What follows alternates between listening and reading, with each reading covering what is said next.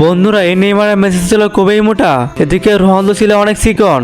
Ronaldo দেখে Neymar আর Messi খুবই হাসতে থাকে আর রোনালদো খুবই কাঁদতে থাকে। তারপর তো রোনালদো তার বাসায় চলে যায়।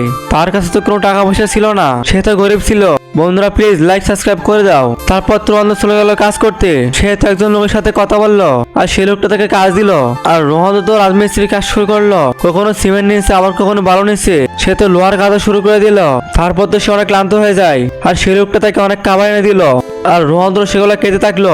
তারপর তো সে কিছুটা মোটা হয়ে গেল আর তারপর তো সে খুশিতে কাজ করতে থাকলো। তখন তো তারা কষ্ট হচ্ছিল না খুব একটা।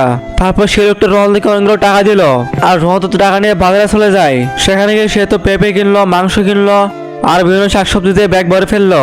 সে তো বাজার করে বাসায় চলে যায়। সে গোস্ত কাটা শুরু করলো আর তারপর তো সে অনেক রকম রান্না শেষ করলো আর সেগুলো প্যাকেটে করে বাজারে চলে যায়। মেসের নেইমার তো তাকে দেখে খুব অবাক হয়ে যায়। এদিকে রোনালদো গরিব অসহায়দের খাবার দিয়ে থাকে। বন্ধুরা রোনালদো একটা লাইক করে দাও।